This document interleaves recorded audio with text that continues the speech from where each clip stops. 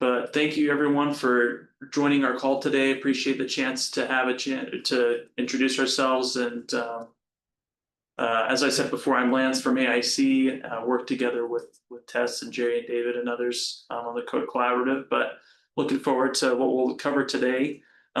Hopefully everyone got my email that I sent out. If not, you can go ahead and put your email in the chat and we'll make sure to add you to the distribution list for the Code Collaborative meetings. But just for some ways of announcements, the main takeaway is that I included in the email the upcoming calendar for the Building Code Board.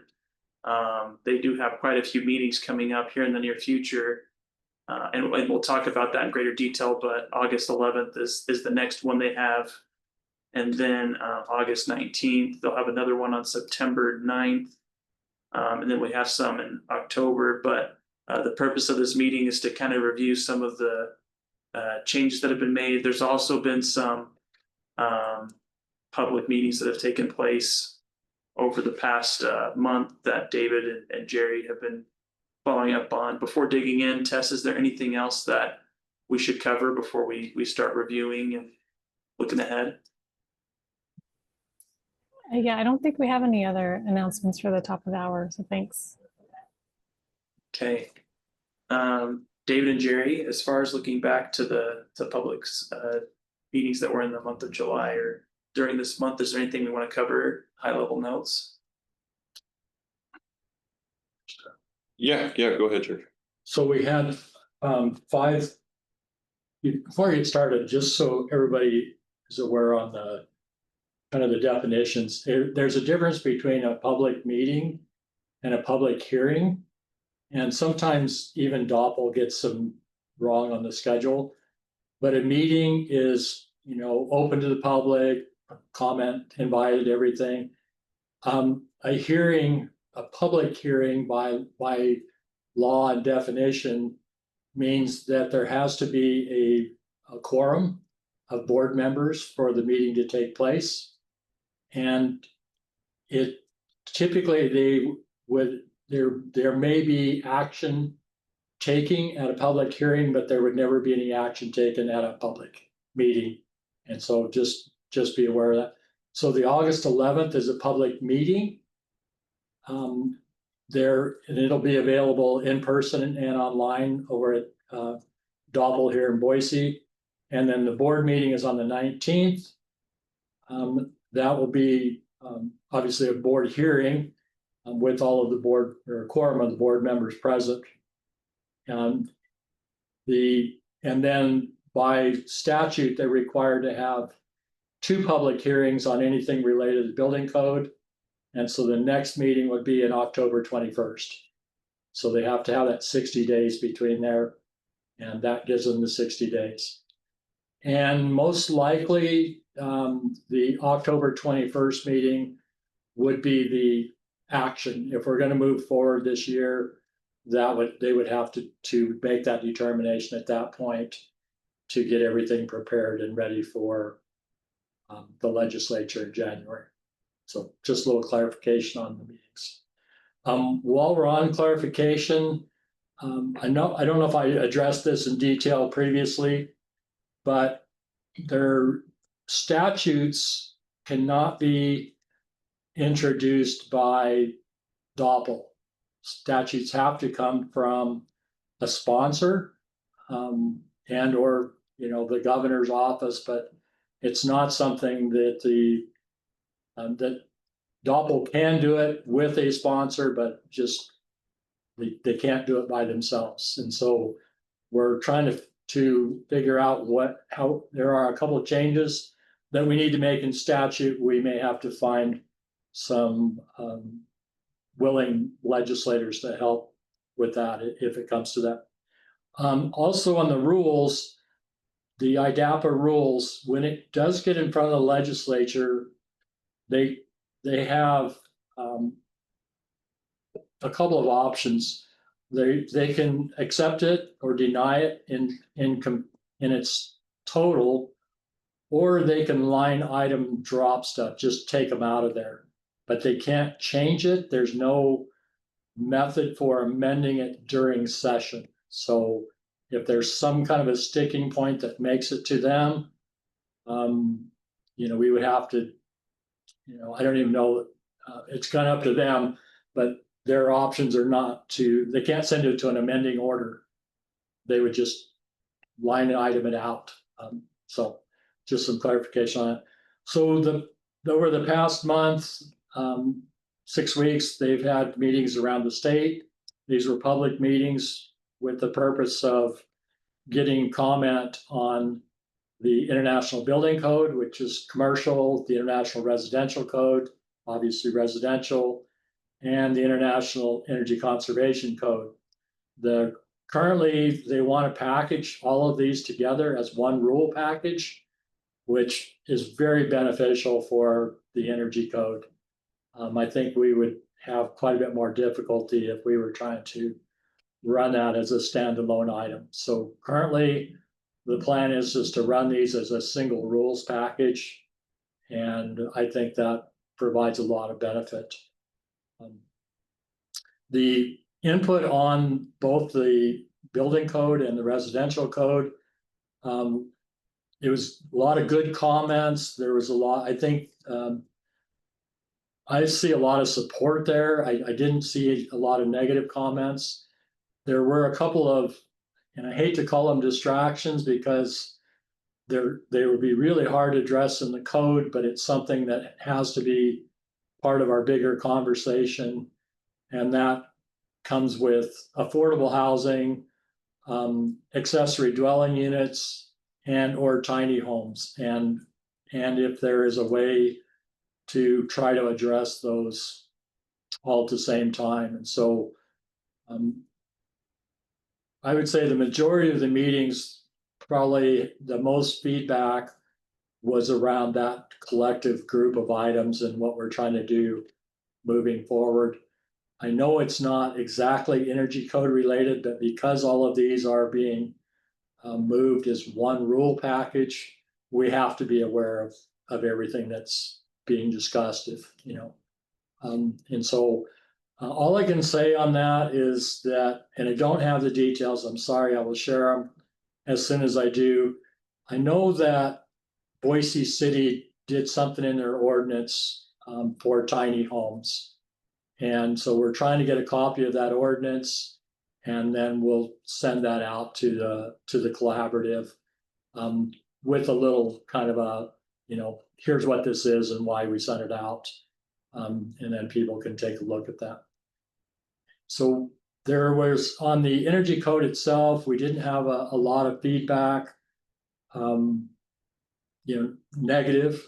I should clarify, we didn't have a lot of negative feedback. There were questions about some specific items, which, we're following up and trying to address those specifics. But all in all, my experience, I went to all 5 of them, was positive. Dave come over and did the last 3. And it was really great to have both of us there because we both have, expertise in different areas. And so, it was great to have the backup and the help there. I'll let Dave talk about or to share what his experience was with it. My overall experience is, same as Jerry stating. I mean, there was discussion on it, but overall the comments were mostly positive on the code. The concerns were some stuff that did kind of drift a little bit out of the energy code. In the negative comments, I mean, as far as a purely overall negative comment to the energy code, I don't recall one. It might have been some comments on just specific items in the code or questions on those. So my overall take on it is in my experience of doing this for several years, kind of eerily positive on the energy code, I would say. And I mean that by, that's not typical of my experience doing it. The other thing that happens as part of this and why we, want to be involved in this is we have a chance to meet with all of the people there and as we're discussing particulars in the energy code, it always brings up, items that need training and stuff. And so there's a really nice tie in between those two items. And then because we're there face to face, we follow up with them after the meetings or on breaks and try and find out exactly what it is they want. And so I'll let Dave go over the schedule, but almost everybody wanted training, and Doppel, Justin Touchstone, made it really clear during all of his presentations that, as this moves forward, there's going to be a considerable need for training around the state. And, he wanted, obviously wanted us to be part of that. But, the state would be, scheduling and hosting some of those meetings because their inspectors need to be brought up to speed also. And so that's the first time in many, many years where we've had active support from Doppel to provide training. And so that's a big step forward.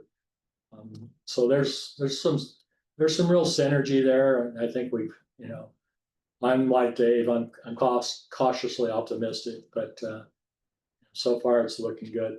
And I'll let Dave go over what we're working on as far as training schedule.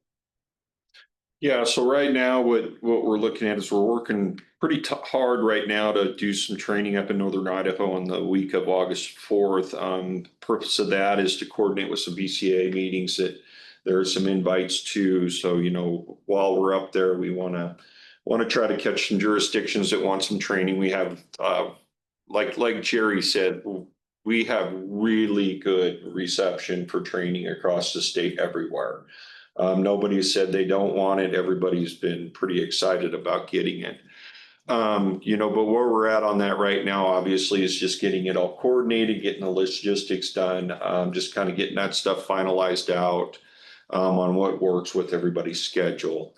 As well as the BCA meetings, where there's some chapter meetings up in North Idaho that we can attend as well. We're going to try to provide some training on during those also.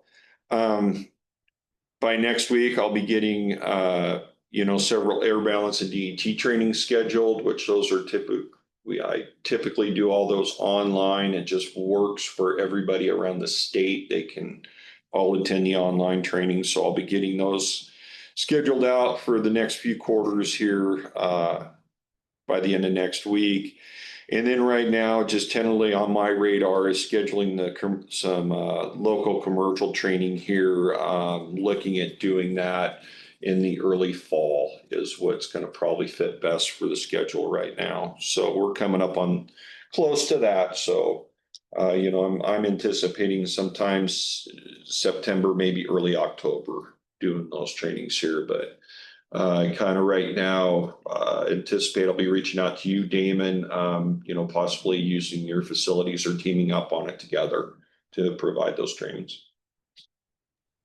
Yeah, sounds good. Just let me know the dates when you've got them. Okay. And as we confirm these dates, we will put the flyer together and make sure that it gets sent out to the collaborative. And, it would be nice if we sorted them out and only sent the North Idaho flyers to North Idaho, but I want the collaborative to understand it's a broader effort than that. So I hope you don't mind the extra email and stuff, because we want to keep everybody informed as to what we're doing. And even though these trainings are specific, it would be kind of foolish to not bring up, the code adoption process and to advocate and solicit, assistance and comments while we're doing that. So that is part of all of our training. We allow those conversations to happen.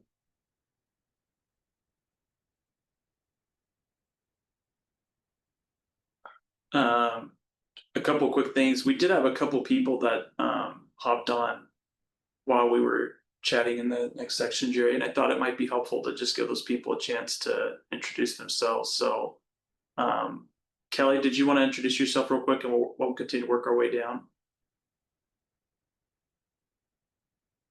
You bet. Hi, everyone. Kelly Packer with the Association of Idaho, the Association of Idaho Cities. I'm the executive director there.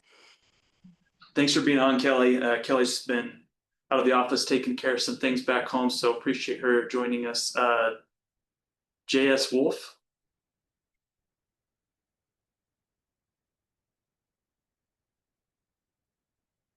Yeah, my name's Jeff Wolf. I'm the building official, City of Lewiston. Thanks for being on, John. Appreciate it. Suzanne, did we get you earlier? I can't remember. Yes, with the National Fire Sprinkler Association. Thank you. Thank you. I just wanted to double check on that. And Todd, good to have you back on. Yeah, hi everybody. Todd Greenwell, Senior Engineer, Idaho Power. Thanks. Thanks for being on, Todd. Jason.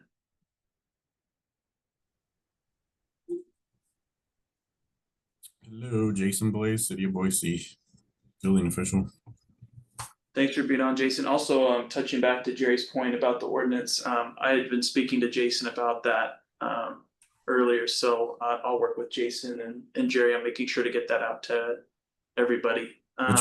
Which one's on the tiny house stuff? Yeah, the eight, is it ADU and tiny houses or just ADU? So we just have the building code appendix adopted for tiny house on foundations, but our zoning code just adopted amendments to allow tiny houses on wheels. That's what we're looking for. Yeah. In fact, if you could share both of those, so. Yeah, I think I sent them over, didn't I, Lance, to you?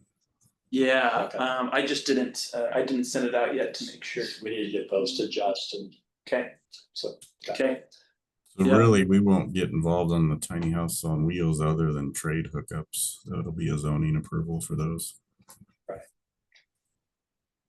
Yeah, I can make sure to send that out to Justin. Just copy you guys on there in case there's any questions from Doppel. That sounds great.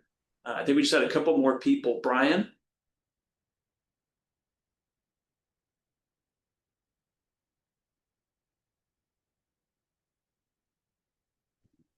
Yes. Oh, sorry. Hello? Yep, we can hear you. A little quiet, but we can hear I you. stepped away for a moment. What was that? Oh, just, introducing yourself. Just wanted to give you a chance to introduce yourself, Brian. Yes. This is Brian Amai. I'm the Government Relations Manager for the Northwest, including Idaho for ICC. Thanks for being on. Tom.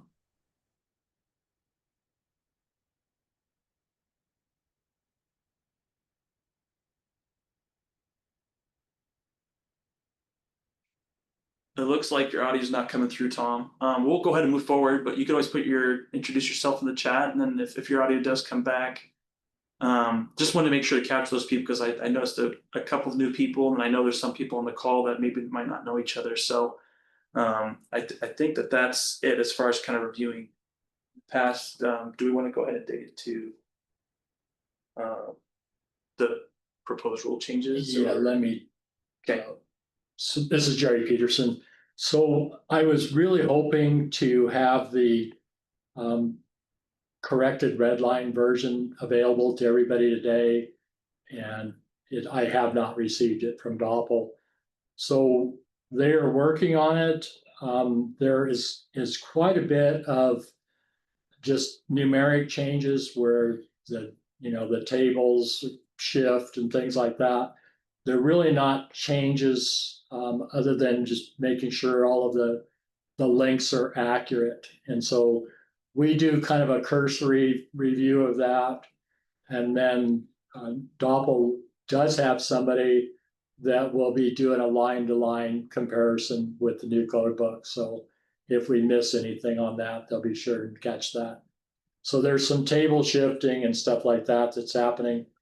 I'm going to let Damon review the commercial ones. Damon, you can talk about that more in detail if you want. We asked for an interpretation from Doppel because a couple of the things that we had marked for deletion, there was a question as to whether we could make those optional. And currently in IDAPA rules, I don't see any of the amendments labeled that way. And so we're not trying to do anything weird there. We just want a legal definition from Doppel as to is that verbiage allowed or would there be another way to word that? Usually it's like you can do it or you can't do it. And then remember, everybody that's on the call, that we're setting minimum codes. And so if we, we may mark something as you can't mandate it, that doesn't mean somebody can't still do it. It just means that it's not, part of the minimum code. Dave has probably the best definition for what a minimum code is, and it's the worst house you can legally build or the worst building you can legally build. And I think that's pretty safe, but I don't think there's anything that we could do that would prevent somebody from doing something in the code voluntarily. And so there's a question there. I'm not trying to open a debate. I'm just saying there's a question there, and we're trying to get an answer on that. So before I get into the residential section, which I think I'm going to go ahead and have Damon review the changes. You have the document, or you can bring it up, right? I sent it to you. Yeah, but it looks like Damon's gonna present it, so. Okay. Yeah, I'll let you drive, Damon, if you'd like, just it's the fact you'll know which sections you want to talk about. Sure, sounds good. Thanks. I should be able to share my screen now. Go. And first of all, I want to thank Dylan Agnes at our office has been doing a lot of work with reviewing the commercial section of the code, particularly around lighting and soliciting feedback from industry. And there's a separate document, which has a lot of different comments, and this is what Dylan has been putting together. And so this is something that we can also that Lance has shared, with the collaborative, and as we continue to develop it and get more feedback, from ASHRAE, from AIA, we'll continue to update this, forward it on to Lance, so that internally we can kind of see the different amendments and different discussions going on around these. But for the sake of, IDAPA's redlining, this is just looking at the Idaho amendments to the commercial code. And if we adopt 2024, you can see in red, these are kind of the, just changing different sections, changing from 2018 to 2024, updating section numbers for different exceptions. And then what I've highlighted in yellow here, and I can zoom in a little bit, is specific sections that are new to the 2024 code, where we've heard from industry that this might pose challenges, either from affordability or where the energy savings in Idaho might not be as dramatic as a place like, say, Hawaii, or a state with higher energy prices than we have here. So a couple that there's kind of, let's see, a few from the lighting part of the commercial code. Interior parking area lighting control, considering just removing that section, that's a new section in 2024. Another portion is the sleeping and dwelling unit lighting and switched receptacle controls. So this is multifamily as well as hotels. And similar to the provisions that Jerry might talk about in the residential code, where these are additional controls which might increase costs, and with LEDs, the savings might not be quite as large. Horticultural lighting, Idaho has agricultural exceptions, and so this would not apply to Idaho, so removing that. And same with receptacle controls. And then a couple other segments where there were concerns on the 2024 code was energy monitoring So this is mostly submetering and then renewable energy systems. We had discussed a couple other sections that didn't make it into these red lines. One is 402.6.2.1. That is the air leakage testing, basically blower door testing, which in 2024 is now required for multifamily.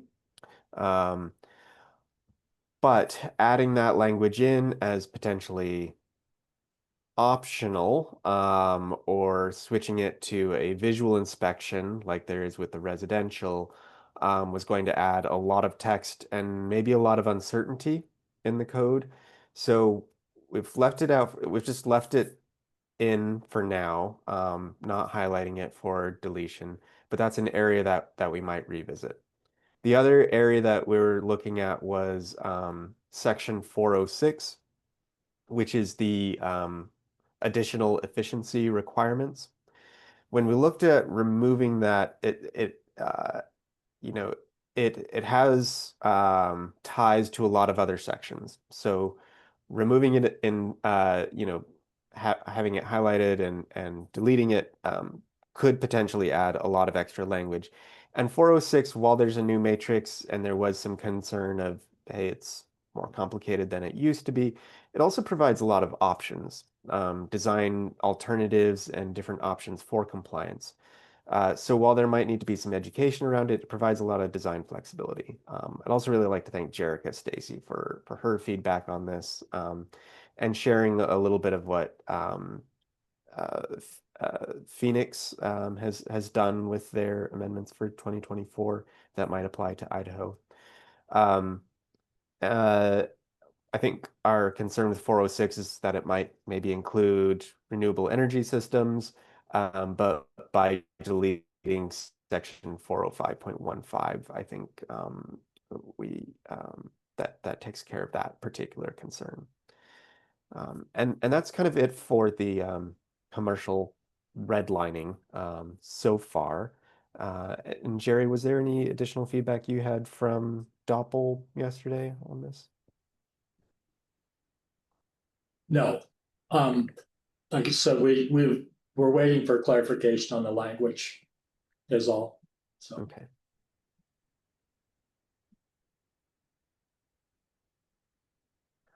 And Dylan, you're welcome to speak up as well, but I know you've got additional meetings either scheduled or planned people that you're reaching out to on feedback for, you know, other parts of this, including the mechanical section, waiting on feedback from Ash, right, for that.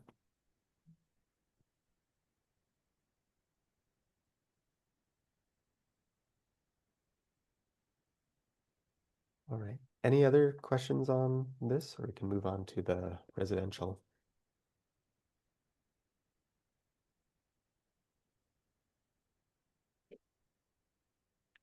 I didn't bring them. Yeah, I got it. Thanks, Damon. And I just want to echo, you know, thanks so much to Dylan. I know you've been working really hard, and as Damon, you shared kind of the screen share of that other document with all the comments and questions. You know, the final result is very simple, right? It's just like a few items, but I know there's like a ton of work that's going on in the background. So yeah, thanks so much for gathering stakeholder input and really doing some due diligence here on this part of the code. Okay. So I'm going to talk a little bit about the residential, but before I get started, there was, and probably still is, some misunderstanding on the timeline and stuff from the last meeting. I just want to emphasize again that this isn't Jerry's deal. I'm not the. I wish I had the power to make decisions. I don't. I'm purely trying to facilitate the conversation. You know, do what I can to explain things. But there was no attempt on my part or no intent to limit input. We were just trying to get to a working document phase that was fairly straightforward. And so just for clarification, we are in that public comment period.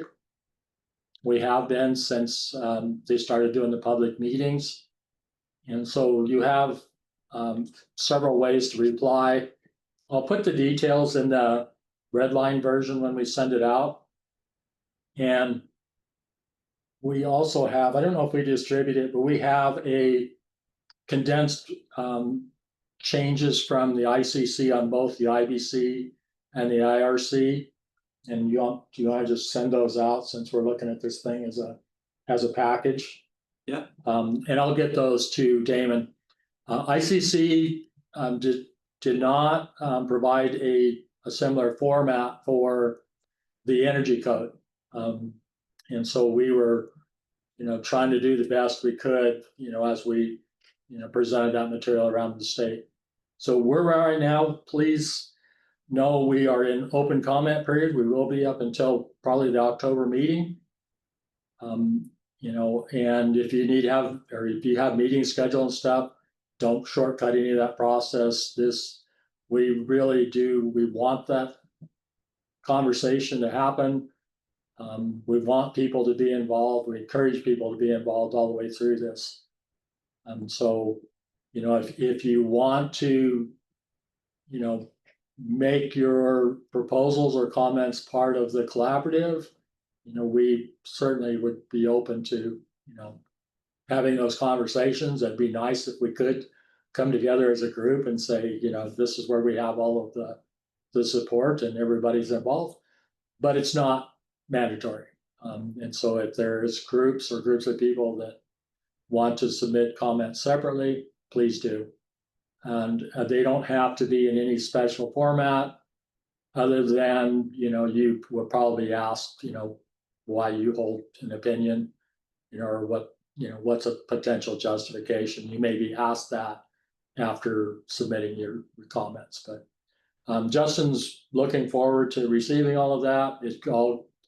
He kind of condenses it down, and all that information is put forward to the board. So you have some options. You can forward comments to, especially the commercial stuff, the stuff that Dylan's working on. Thank you very much, Dylan.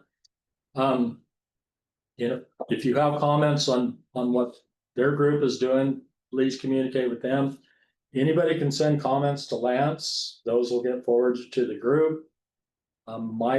I share my personal cell phone. Anybody that's interested can call me or Dave, or if you have a very specific question about something and you don't want to bring it up in that group, please call us. I mean, we'll even let you rant for a minute or two, or however long you need. But yeah, we really want this group to be engaged, and so I don't want to do anything that sounds like I'm limiting that. So on the residential section, we didn't.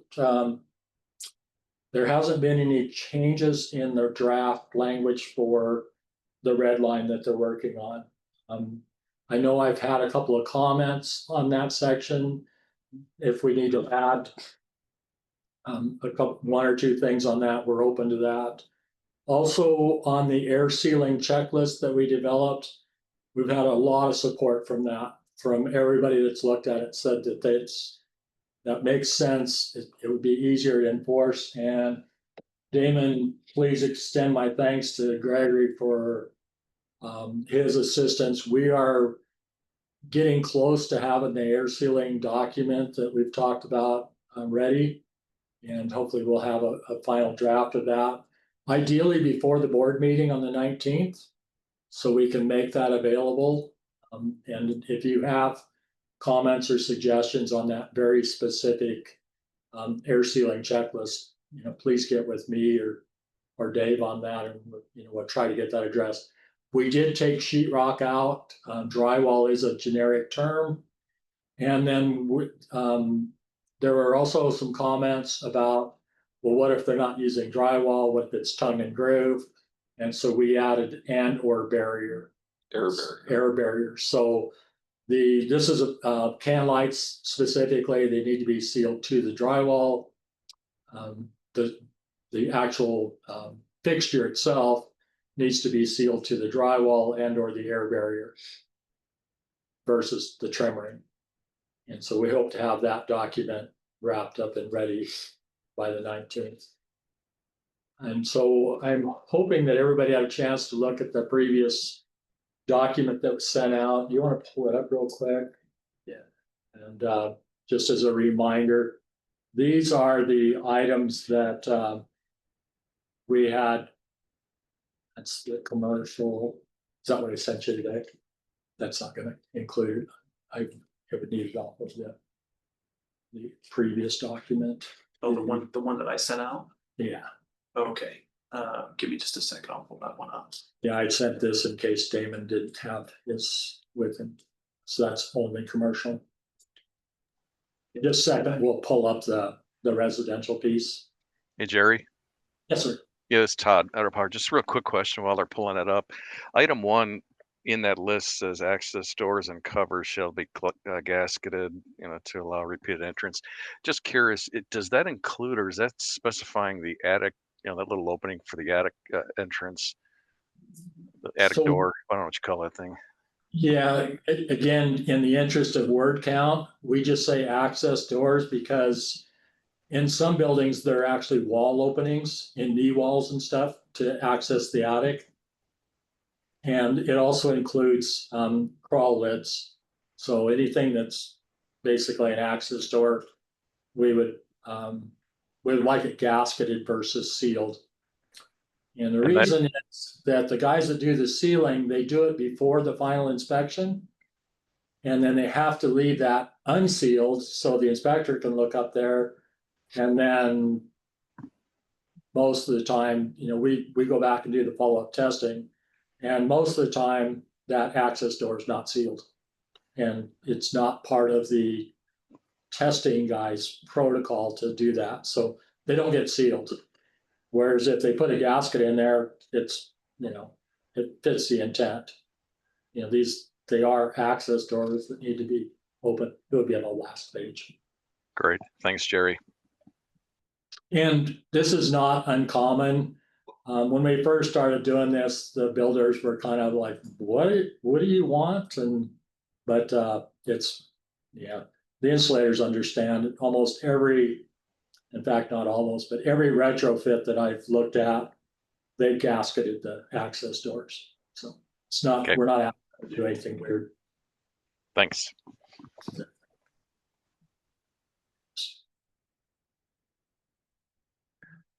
So other than some table changes and some merging and stuff to just kind of clean it up, these are currently the items in the residential code that are marked for delete.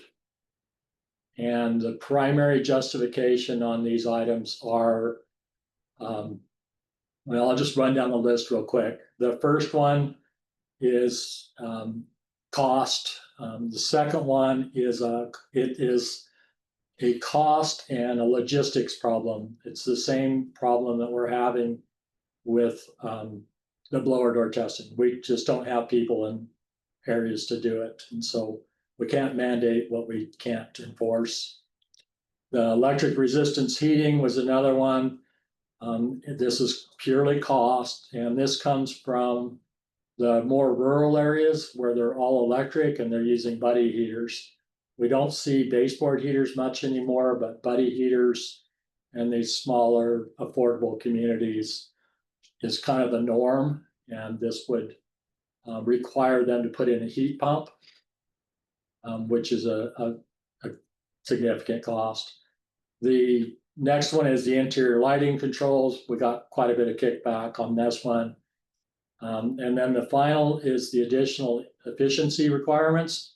This one is a little more, we had a lot of discussion on this. Initially, when this was being introduced as part of the code at the national level, BCA was supportive of this because they like the options. But when we start breaking down the individual components within those options, it comes back to cost. And, I'm looking through all of that. I wouldn't say that there's a cost to everything in there, but what I would say was if there was one or if there were items in there that were predominantly beneficial, why would we not just specifically require those items. And it takes us directly back to the air leakage. And so part of our response to, instead of offering the table, it looks like, or for our area, one of the things that models the best out of, money spent comes back to the air sealing. And then if you could scroll back up. And so as an option to 408, keep going up till you get the yellow, we put in this air sealing section. And this is kind of unfinished business. When we went through the ZBR process, we said if you're not going to test, then you have to refer to a specific table. And that table really didn't capture everything. It captured a few items. And so this is kind of the things we've been talking about for years. So we put this in as a specific amendment that's kind of independent of the code cycle. And it just says if you're not going to test, then you have to do the air sealing as follows. And then IDL, Greg, Dave and myself, David, there's a bunch of people that have worked on this and said, we just need to give them a more comprehensive way to do the air sealing. And that will provide us the benefit of a specific section of that table, with a lot of clarity. And most of this work they're already doing, so they can't say we're adding cost to it. So anyway, this is where we're currently at on the residential.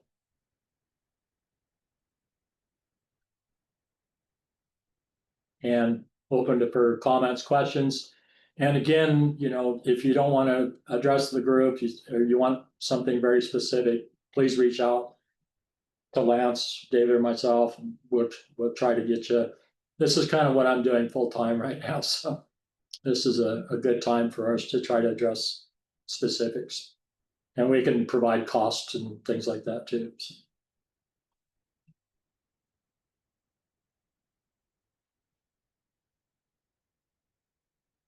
Does anybody have any questions or anything they wanted to review from the potential changes, whether it's, going back to commercial with Damon or looking at anything residential?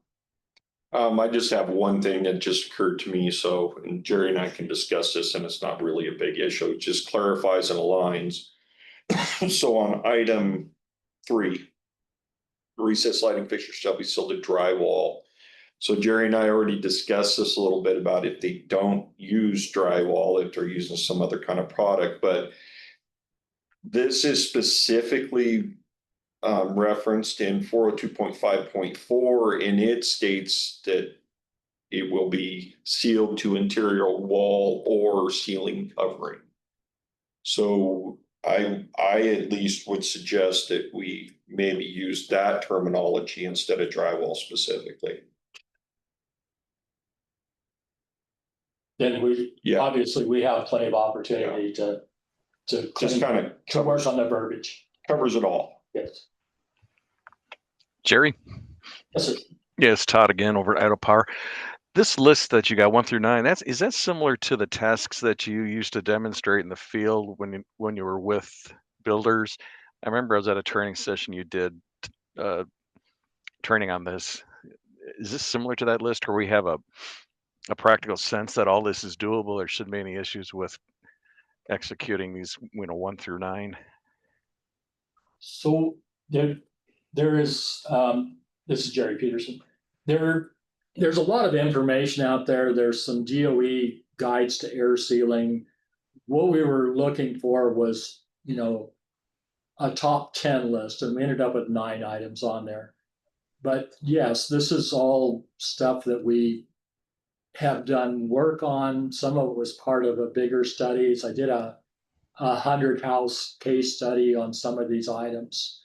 And so we have all of the results. We can back up this information if they question it and say, what difference does this make, or what difference does that make? We can put verifiable information on there that said, we know this works and this is what you would expect to save by doing it. We've also done some extensive cost analysis on how effective air sealing is as a whole. our statewide average in 2018 was 4.2. In 2024, it was 4.2. That says we're not making progress. And so somehow we want to stimulate, some progress there. And doing these items, and then pre and post testing, we find that, we're hitting our target range by doing this is hitting in the 2.5 to 3.2 range, which is really kind of lines up very well with the current code requirements. And it doesn't involve a lot of, none of this is time consuming. As far as having to bring on additional people, this is, I would say 80% of this they're already supposed to be doing, but that nobody has a checklist to look at to point out what they're not doing. So Yeah, thank you. I like the list. Yeah, great.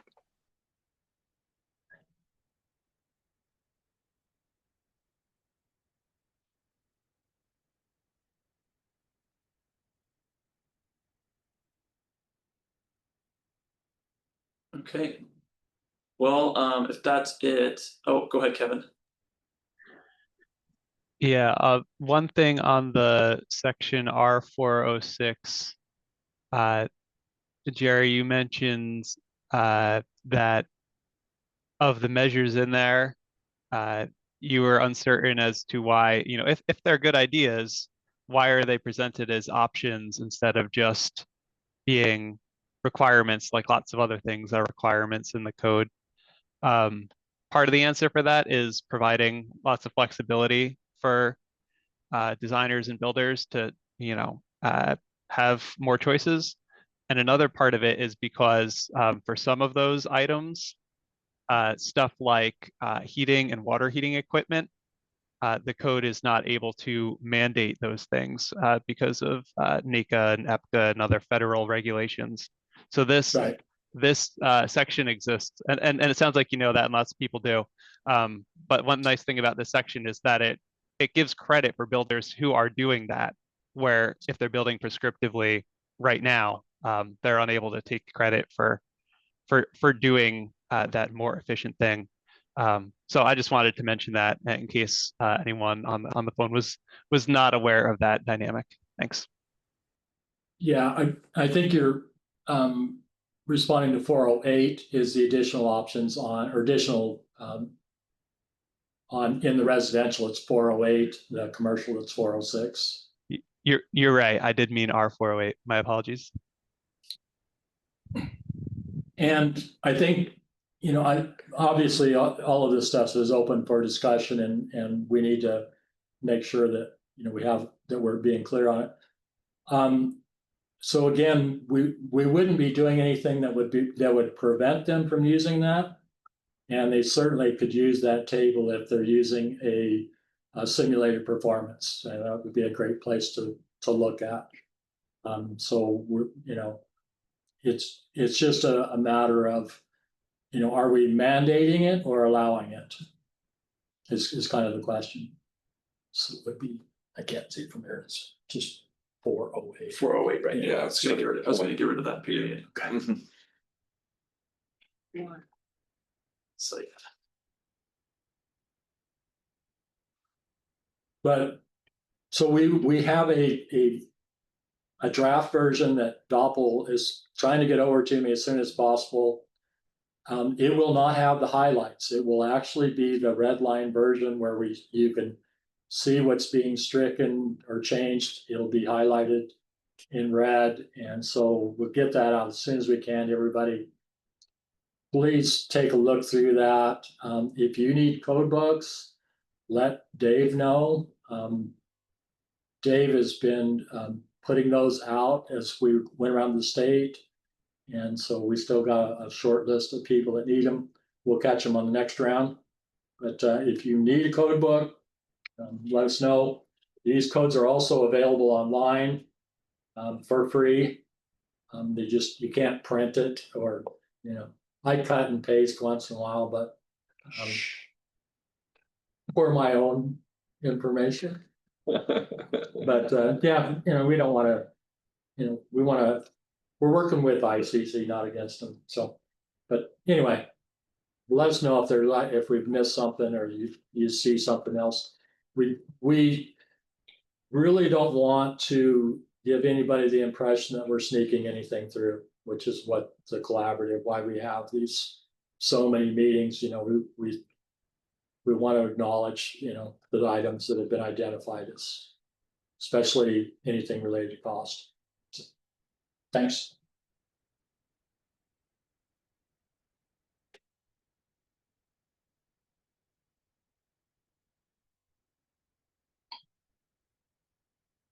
Jerry, just a quick comment from, so the document we'll get from Justin, is that gonna include the commercial code and residential code to send out? It won't be sending out, it'll be just one document. So the red line document that we will be circulating from Doppel will be everything related to all of the codes that we talk about. So it'll be building code, residential code, and energy code all in one document.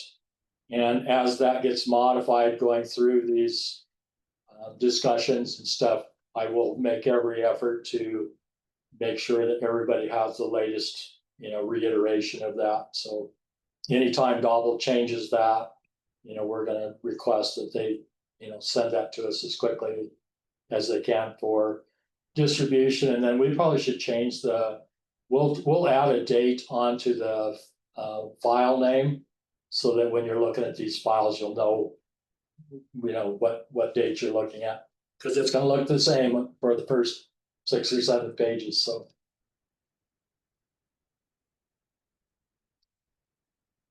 Okay.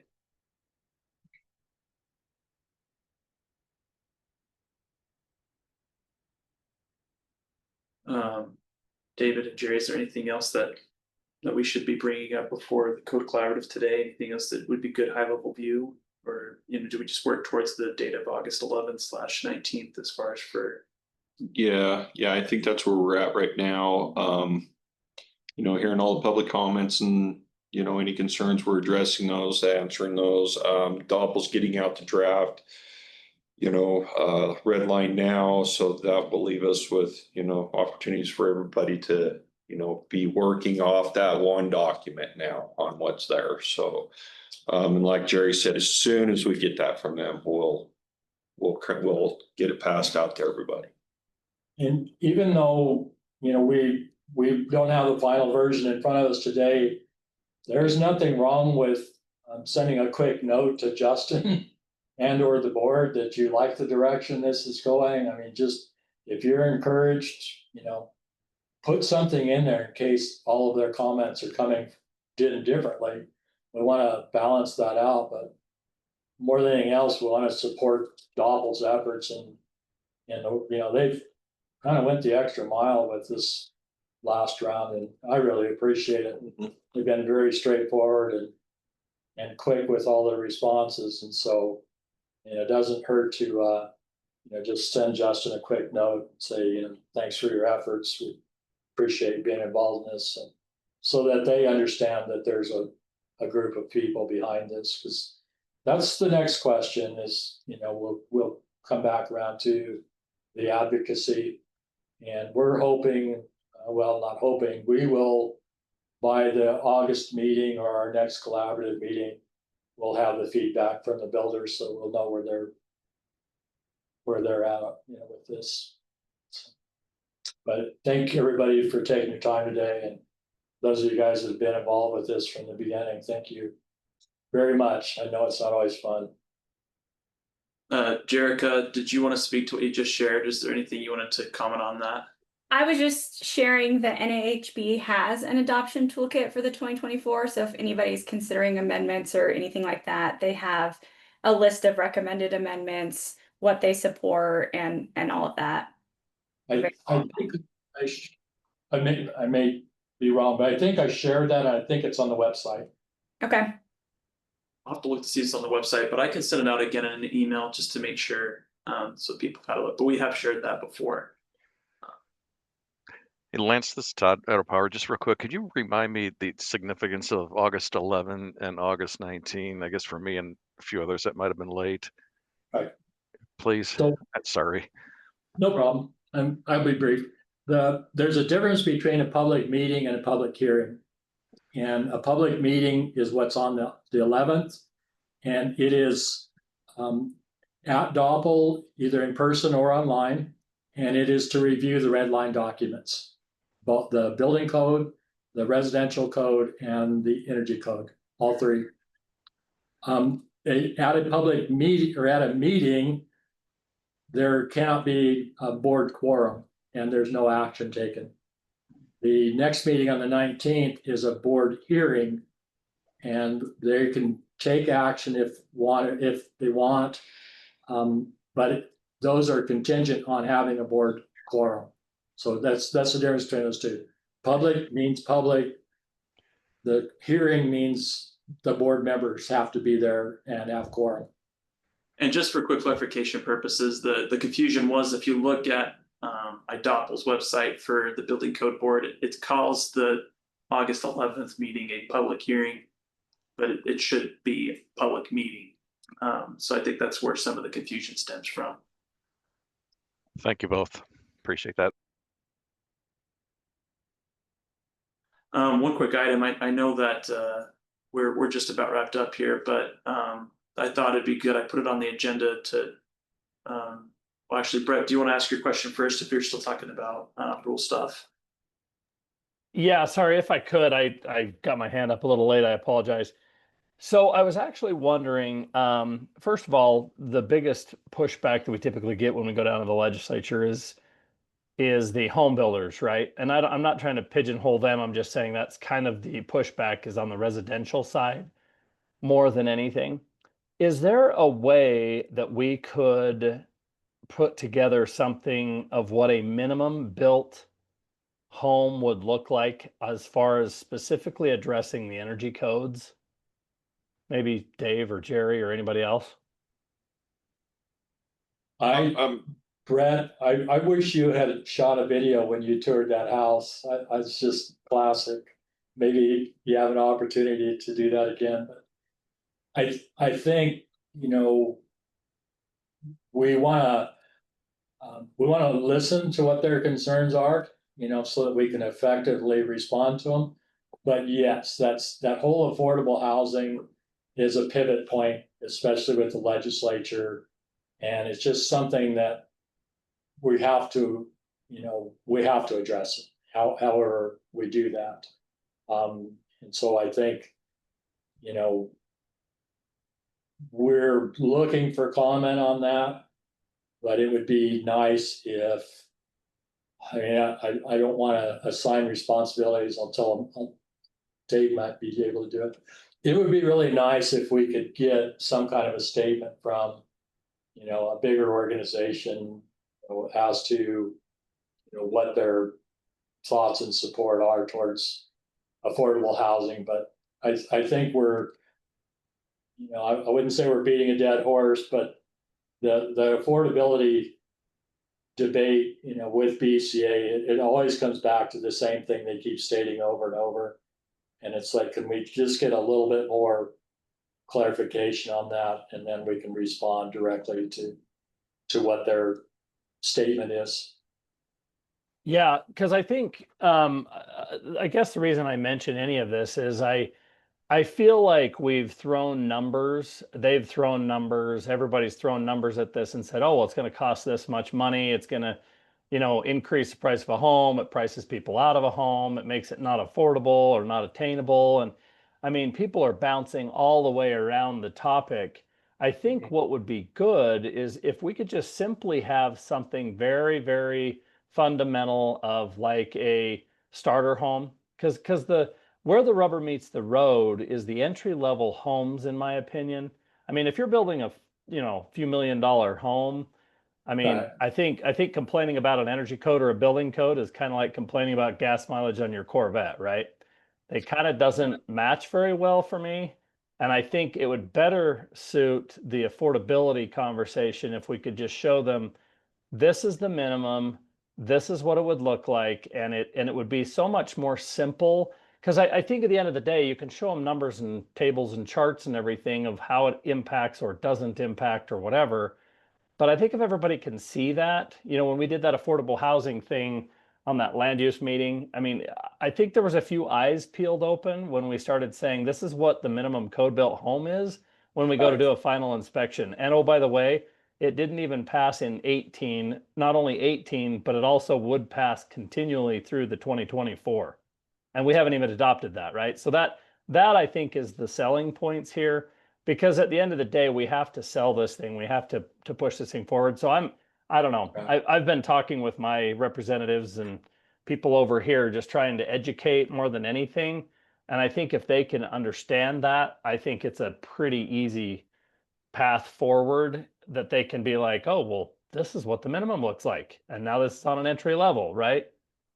So I think, Brett, what would be an interesting thing, and you guys can tell me yes or no, but I think what would be nice if we just started a document as to what is a starter home, you know? Yeah.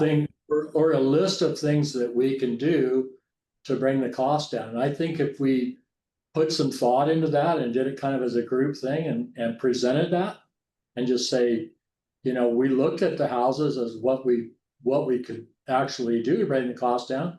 And here's a list. Now, who wants to buy this house? Right.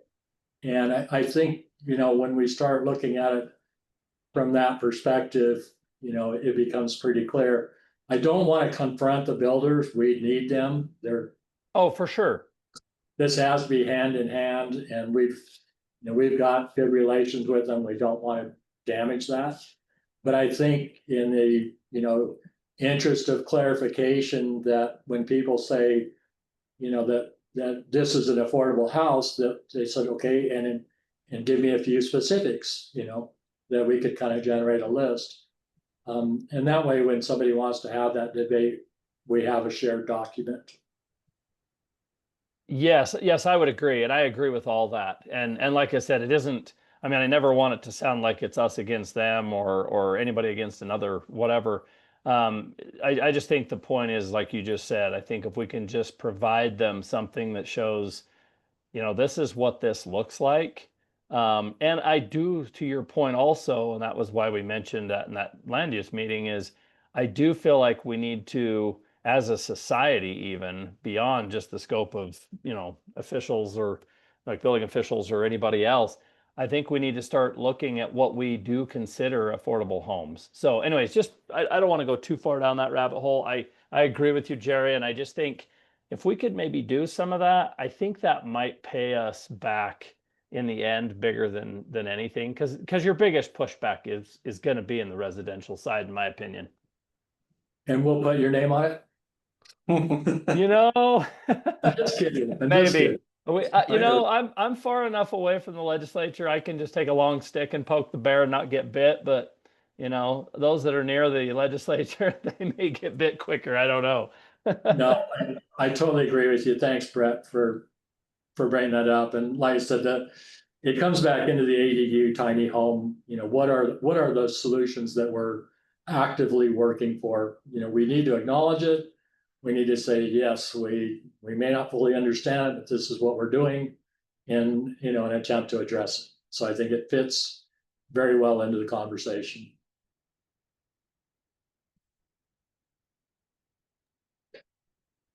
Thanks for bringing that up, Brad. I think I agree. I think it like helping to define what that code minimum home looks like. The tricky part is always getting costs, actual costs, right? That's where we see such a huge discrepancy in numbers. Yeah. But one thing we can add to this, and I'd love to add, would be the ongoing cost to the homeowner. And I know, Damon, you've done some work on this, because that's also the critical piece that gets left out of this argument about initial costs and costs of code and things like that. How much are we able to reduce their monthly bills, which is, for starter homes, super critical to the homeowners. And let's not leave that piece out of the equation.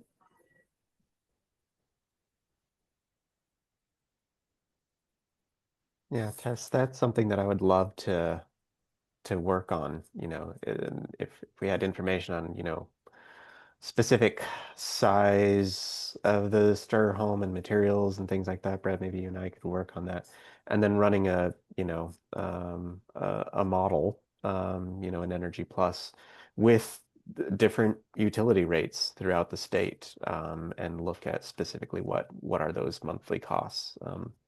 I'd love to do something like that. Yeah, and with that too, I think that would be good, Damon, and I think the numbers are important too, and I think that could even be maybe sort of a plan B, if you will. But I think cost is always one of those things that drives things. I think what people miss, I think the rumor on the street that gets blown out of proportion way too much is what the minimum is, not even necessarily what the associated cost would be, but just what does a minimum look like? So, when you look at a home, like for example, we were doing the land use discussion, and some of the things that I brought up is I was like, you can do shallow foundations, very inexpensive approach, even when you have frost areas. You can do visqueen, so you have 6 mil visqueen for vapor barrier. You have bad insulation. I mean, ultimately, there's a lot of things like you don't need carpet or floor coverings. In fact, there was a guy up in Moscow that actually did this, and I used this home as an example. And he actually took the plywood that he put down for the floor, and he actually sealed that just so he wouldn't get slivers in his feet. And that was it. Like the home that he built, 99% of our society today would probably look at that as like something for the homeless. And I don't say that out of disrespect for this individual. This guy seems like he's very frugal, which is great. Good for him. But my point is when we start talking about rules and regulations, the other point that they always try to push out there, that if you're against this stuff, right, whoever that may be, you end up pushing something that is different than what it really is. So for example, they said, hey, this adds 20% to the price of a home. The problem with that is 20% of the price of the home is not like a building department, a building permit fee or anything like that. It could be something way beyond our scope, which could be FEMA. It could be, for floodplain. It could be, some state regulation, something that may be out of the control of what we're even talking about. And so that's not to go too deep into it, but I just wanted to make sure that we show people what this minimum looks like, without even numbers even. We could do numbers too. We could have that in a kind of a plan B, but if we can show them what that minimum looks like, I think a lot of people would start saying, wow, I can do that. I didn't know I could do that. I thought the code was way more restrictive than that. You know what I mean? Just kind of anyway, just some thoughts. So. No, I think it's a great idea. So the only comment I'll have on it, and it's all great and it's all pertinent information, it's what we all should be looking at and considering. In the past, we've attempted to do this, and then the argument came back to what was the model we were going to use? What was the baseline? First of all, with the builders, I think you would want to definitely have a conversation with them to agree on what you were going to model. What the baselines are. Because I remember one time it kind of blew up in our face. We were trying to be proactive. We were, trying to show cost analysis and stuff, good or bad. And it turned into a fight of what was actually being modeled, regardless of what the numbers said. So first step in any of this, in my opinion, is you have whatever organizations are involved have to agree with what it's going to be modeled and how it's going to be modeled. Yeah. Or it's redundant, and in my opinion, I think it made a bigger fight in those cases. So, but if we didn't try to nail that down, which yeah, Dave said it's already cats, but if we didn't try to nail that down by code, what is the smallest house we can build? Do we have to have carpet? Do we have to have countertops? Do we even have to have cabinets? I think those are what Brett is pointing out. What do we absolutely have to meet the minimum? You know, can VisClean on the walls, is that good enough? Do you even need drywall? You know, if we look at the lighting, if we look at all of this thing, we probably are gonna end up with a house that nobody wants. And nobody's gonna wanna lend money on, but that, they need to come to that conclusion. Our job would be saying, we're not the ones that are preventing this from happening. This is a market reaction and not a code placing unrealistic conditions on it.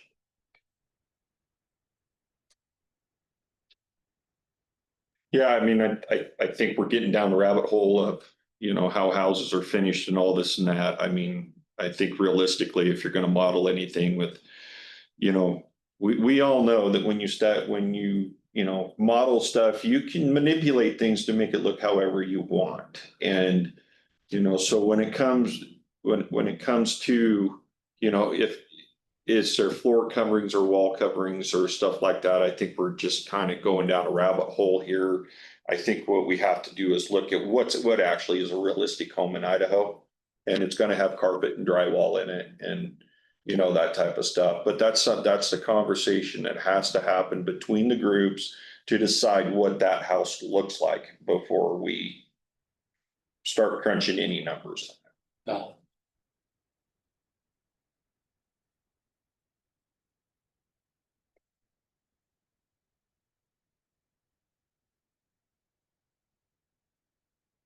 So it sounds like that might just be an item we'll continue to keep Yeah, discussing definitely. over the next little bit. So something we should definitely be working towards is so we can have that information. Absolutely. I agree with it 100%. Yeah, thanks for that comment, Brett. I do know that we're getting close to our time that we had set for this, but before ending, just wanted to see when the next time was that we wanted to have another meeting. I'm sure that would be after August 19th at the very earliest, but just wanted to see what thoughts were about. If we wanna try to go back on a Thursday afternoon schedule. The last Thursday of the month, is that what you're saying, Jerry? We had the 28th. Yeah, August 28th was what Jerry was just suggesting for a code collaborative. At 1. What are the thoughts of everyone in the group? Does that work to plan on being on the 28th? That would give us enough time to talk about preparing for the next meeting on the 9th of September. And then also having a chance to review from the previous meetings. Sounds good. Works for me. Alrighty, I'll send out an invite to everybody. I'll send that invite out today, and then once we have the documentation from Doppel, I will send that out and we'll go from there. Thank you so much, everyone, for being a part of today's discussion. Thanks, everybody. Thank you. Thank you. Thank you.